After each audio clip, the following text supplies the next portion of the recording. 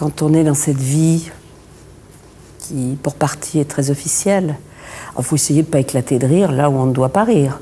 C'est pas si facile que ça, parce qu'il y a quelquefois des situations extrêmement comiques.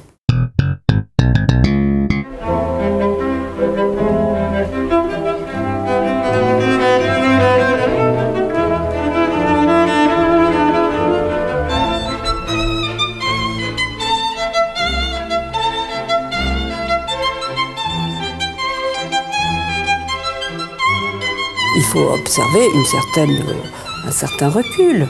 Mais la nature est là. Non, je suis plutôt quelqu'un de spontané et certainement, en tout cas, ou alors si ce n'est pas le cas, j'en suis désolée, je ne sais pas du tout jouer la comédie. Je suis très naturelle et malheureusement, quelquefois, très utile d'être comédien. Ça, je ne sais pas faire. D'une certaine manière, il n'y a pas vraiment de solution. De manière un peu... Voilà, elle apparaît. L'énergie. Il y a une mobilisation considérable. Tout à fait, madame. 5 millions de personnes, 20 000 manifestations simultanément pendant 48 heures. Je voudrais bien accueillir une fois. Mais qu'est-ce qu'il faut faire? À votre service. Il faut être pistonné, monsieur Baratel. Il faut savoir rire.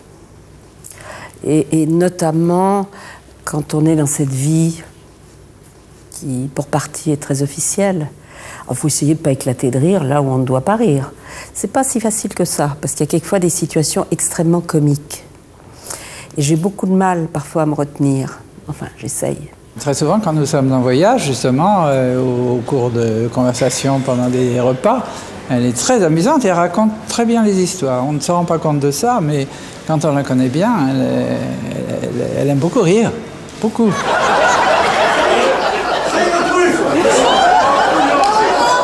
C'est Bill Clinton! Hello, Hillary, tu peux voir frère?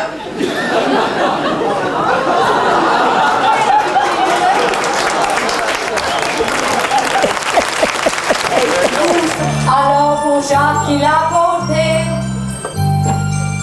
sa collection de calumet.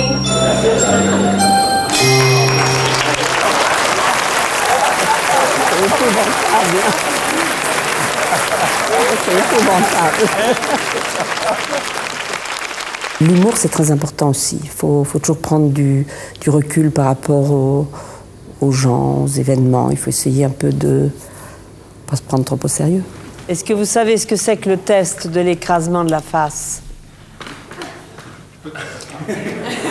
Le maire de Tokyo, pas l'actuel, mais le prédécesseur, était un monsieur relativement âgé qui s'est présenté une dernière fois et il a remporté sa victoire en faisant à la télévision, devant des millions de Japonais, le test de l'écrasement de la face. Alors c'est assis par terre, en grand écart, le buste qui reste droit et le visage qui vient... Bon. Alors mon mari m'agaçait en me racontant ça. J'ai fait beaucoup de gymnastique et je ne vais pas vous raconter ma vie. Et je l'ai fait devant lui au Maroc. Il était complètement bluffé. Mais lui, il ne peut pas le faire. Hein. Il est raide comme un bout de bois. Il ne peut pas le faire. Non, non, c'est du parchemin. C'est un parchemin. J'ai peut-être pas toujours été assez disponible pour mon mari dans le sourire assez cool, c'est-à-dire prendre du recul par rapport aux événements et être toujours détendu, toujours d'une grande gaieté, parce qu'un homme comme lui a besoin de trouver dans sa famille un contrepoids à cette charge qui est si lourde. Et je n'ai probablement pas assez su masquer ma propre appréhension des événements. C'est-à-dire que il aurait certainement, ça aurait été très bien pour lui d'avoir une femme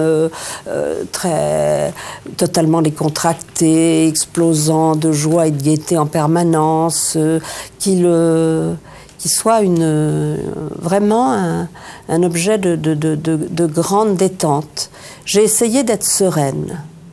J'ai tenté d'être sereine. Je suis d'ailleurs assez sereine.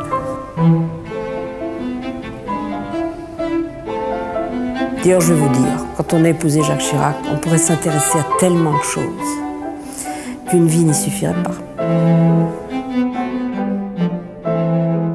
femme a toutes sortes de qualités que je connais, que je reconnais, mais